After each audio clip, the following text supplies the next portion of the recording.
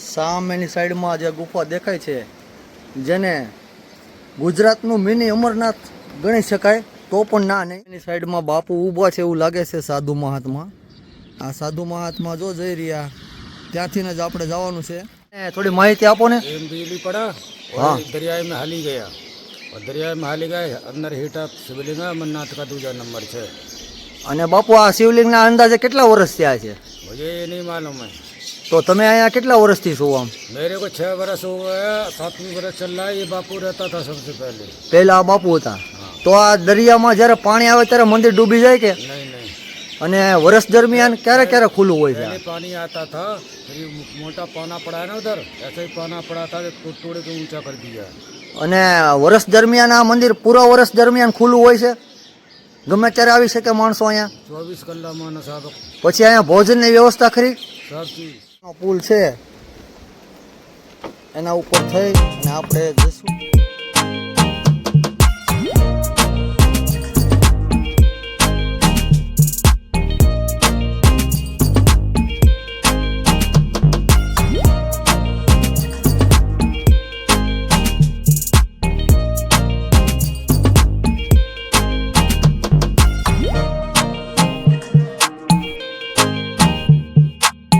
કેમ છો મારા મિત્રો? ઘણા સમય પછી આજે આપણે આવી ગયા છીએ મહુવાના દરિયા કિનારે અને મહુવાના પોર્ટ નજીક વીજળી બારા, એટલે કે જ્યાં વીજળી પડી અને એક મોટી ગુફા બની ગઈ. આ જે જગ્યા છે અહીં વીજળી પડી હતી ઘણા વર્ષો પહેલાં અને અહીં એક ખૂબ જ મોટી ગુફા બની ગઈ અને એ ગુફાની અંદર ભગવાન ભોળાનાથ એટલે કે ભોળાનાથનું શિવલિંગ છે. આપણે એમના દર્શન કરવાના છે અને ત્યાં એક મહાત્મા છે, બની શકે તો આપણે એમની સાથે વાતચીત કરીશું. પણ આ ગુફા જે છે એ વીજળી પડી અને ત્યાં અંદર બહુ મોટી બધી ગુફા બની ગઈ એવો જૂનો ઇતિહાસ છે. તો આપણે અહીંથી તો નહીં જઈ શકીએ, પણ આ પાછળની સાઈડમાંથી રસ્તો જે છે ત્યાંથી આપણે મહાદેવના મંદિરે જઈ શકાય છે. તો આપણે જઈએ, મહાદેવના દર્શન કરીએ અને ત્યાં હાલના જે સાધુ મહાત્મા છે એમના પણ આપણે દર્શન કરીશું. તો ચાલો આપણે જઈએ વીજળી બારા મંદિરની અંદર દર્શન કરવામાં. એની અંદર જ મહાદેવ બિરાજે છે. પહેલાં આપણે બહારથી જોઈ લઈએ.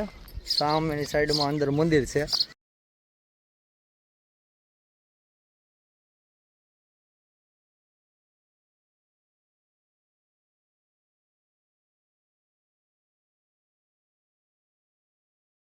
કિનારો છે અને આ ગુફા જે છે અહીં આ સાઈડમાં જ આવેલી છે. તમે જોઈ શકો છો આ પહેલી બાજુ જે છે ત્યાં ભોળાનાથ જે છે એ બિરાજે છે. તો આપણે ટૂંક સમયમાં ત્યાં નીચે જઈશું અને મહાદેવના દર્શન કરવાના છે.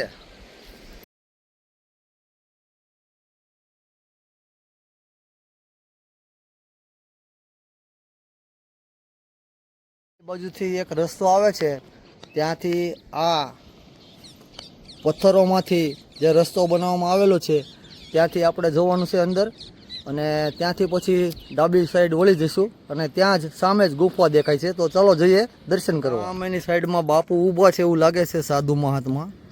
આ સાધુ મહાત્મા જો જઈ રહ્યા ત્યાંથી જ આપણે જવાનું છે વીજળી બારા જે મંદિર છે ત્યાં. બાજુથી આવ્યા અને આ બંને બાજુ પહાડી છે, દરિયા કિનારાની પહાડી. ત્યાંથી થઈ અને આપણે હવે જઈ રહ્યા છીએ સાઈડમાં આવેલ દરિયા કિનારે આવેલ ગુફા જે છે એમાં જ વીજળી બારાનું મંદિર આવેલું છે મિત્રો. તો હવે એ ગુફાના દર્શન કરીશું, સાથે સાથે મહાદેવના દર્શન કરીશું અને આ સાઈડમાં તમને અહીં દરિયાનો કિનારો જે છે અદ્ભુત એમના પણ દર્શન થશે. તો તમે વિડીયોમાં બન્યા રહેજો મિત્રો. એના ઉપર થઈ અને આપણે જઈશું.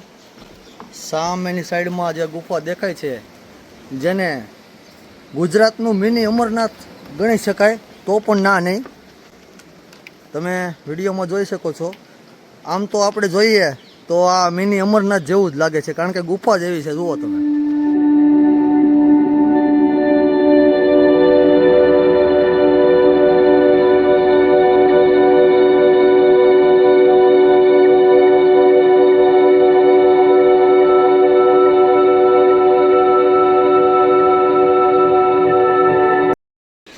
વીજળી બારા મંદિરે દર્શન કરવા જ્યાં ભગવાન ભોળાનાથ બિરાજે છે. અને હવે અત્યારે આપણે ગુફાની અંદર આવી ગયા છીએ મિત્રો. ગુફા ઘણી બધી મોટી છે. તો હાલના મહંત છે, પહેલાં આપણે એમની પાસે જઈએ અને એમની પાસેથી બની શકે તો થોડી ઘણી માહિતી લઈશું આ ગુફા વિશેની. સામે અત્યારે સાધુ મહાત્મા જે બેઠા છે એ સાધુ મહાત્મા અત્યારે વીજળી બારાના મહંત છે અને એમના વિશે થોડી માહિતી આપશે. બાપુ મહાદેવ, આ મંદિર વિશે થોડી વાતચીત અને થોડી માહિતી આપો ને. एम बिजली पड़ा हाँ। और दरिया में हाली गया और दरिया में हाली गए अंदर हीटा शिवलिंग है अमरनाथ का दूसरा नंबर है. અને બાપુ આ શિવલિંગના અંદાજે કેટલા વર્ષ થયા છે? मुझे ये नहीं मालूम है. તો તમે અહીંયા કેટલા વર્ષથી છો? આમ मेरे को 6 बरस हो गया, 7वीं बरस चल रहा है. ये बापू रहता था सबसे पहले. પહેલા આ બાપુ હતા. તો આ દરિયામાં જ્યારે પાણી આવે ત્યારે મંદિર ડૂબી જાય કે? नहीं नहीं, અને વર્ષ દરમિયાન ક્યારે ક્યારે ખુલ્લું હોય છે? पहले पानी आता था, फिर ये मोटा पाना पड़ा है ना उधर, ऐसा ही पाना पड़ा था, तोड़ के ऊंचा कर दिया. અને વર્ષ દરમિયાન આ મંદિર પૂરા વર્ષ દરમિયાન ખુલ્લું હોય છે? ગમે ત્યારે આવી શકે માણસો અહીંયા? 24 कलाक मानो साहब, પછી અહીંયા ભોજનની વ્યવસ્થા ખરી? सब चीज. હા. તો બાપુ તમારો ખૂબ ખૂબ આભાર. તો હવે હું મંદિરે દર્શન કરી લઉં અને તમારા ચરણોમાં પણ વંદન. જય ગિરનારી, જય હર હર મહાદેવ. દર્શન કરવા માટે જઈ રહ્યા છીએ વીજળી બારા મહાદેવના, જ્યાં વીજળી પડી હોવાનો ઇતિહાસ છે.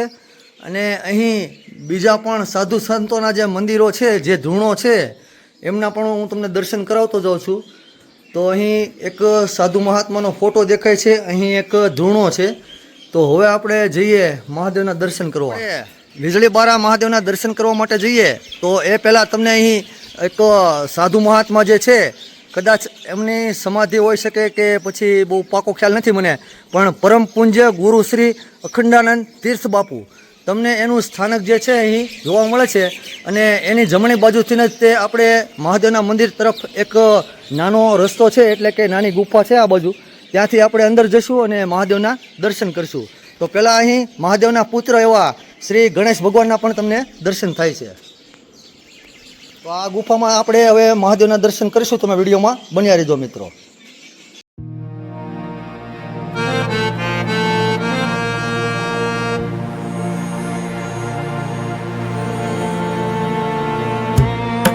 આ સામે તમે જે દર્શન કરી રહ્યા છો એ જ છે વીજળી બારા મહાદેવ, જે વીજળી પડી અને ખૂબ જ જૂનો ઇતિહાસ ધરાવતું આ મંદિર છે. અને આ શિવલિંગ જે છે એ પણ ખૂબ જ જૂનું છે અને અહીં વીજળી પડી હોવાનો ઇતિહાસ છે.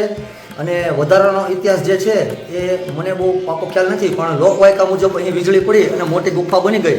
અને આ શિવલિંગ જે છે એ કદાચ સ્વયંભૂ છે, તો એમના તમે લોકો દર્શન કરી શકો છો. અને વીજળી બારા મહાદેવ જે કહેવાય એ આપણી સામે અત્યારે દર્શન આપે છે મિત્રો. તો તમે બધા પણ દર્શન કરી લેજો. ઘણા લોકો આ જગ્યાને ગુપ્તેશ્વર મહાદેવના નામેથી પણ ઓળખે છે મિત્રો.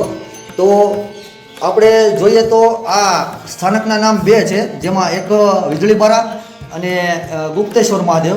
એટલે કે મારા ખ્યાલ મુજબ અહીં વીજળી પડી ગુફા ઉપરની સાઈડમાંથી, એટલે કદાચ વીજળી બારા નામ પડ્યું છે જગ્યાનું. અને આ મહાદેવ જે છે એમનું નામ છે ગુપ્તેશ્વર મહાદેવ.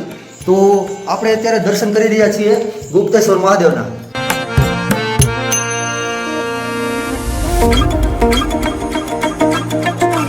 ભોળાનાથને જળ ચડાવી દીધું, જળ અભિષેક કરી દીધો અને હવે તમે બધાએ પણ દર્શન કરી લીધા છે. તો હવે આપણે જઈએ બહારની સાઈડ અને બહાર ગુફા અને બહારનો દરિયાનો જે વ્યૂ છે એ પણ હું તમને આગળ બતાવું. ગુપ્તેશ્વર મહાદેવનું મંદિર અને વીજળી બારા જેને કહેવામાં આવે છે.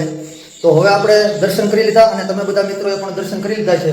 તો હવે આપણે આ ગુફામાંથી બહાર જઈએ અને દરિયાનો જે વ્યૂ છે એ પણ હું તમને બતાવું. તમે વિડીયોમાં બન્યા રહેજો મિત્રો.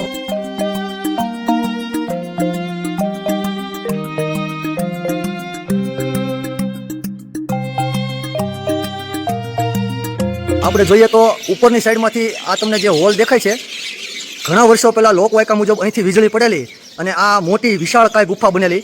અને ત્યાં આ મહાદેવ જે છે એ સ્વયંભૂ પ્રગટ થયેલા અને ત્યારથી જ આનું નામ વીજળી બારા આપવામાં આવ્યું મિત્રો. મહાદેવના દર્શન કરી લીધા અને આ અહીંનો દરિયો કિનારો છે.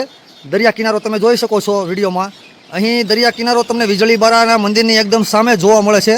અને અહીં દરિયા કિનારાની જે ચટ્ટાનો છે એમની વચ્ચેથી આ લાકડાનો પુલ છે, ત્યાંથી જ આપણે અંદર આવ્યા હતા. અને હવે આપણે ફરીવાર ત્યાંથી જ એ પુલ ઉપર થઈ અને બહારની સાઈડમાં જવાનું છે.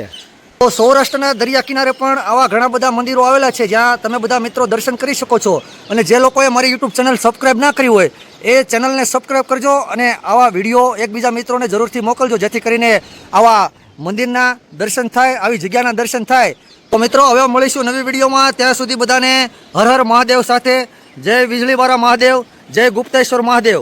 ચલો મિત્રો હવે મળીશું નવી વિડીયોમાં. ત્યાં સુધી બધાને જય હિન્દ, જય ભારત.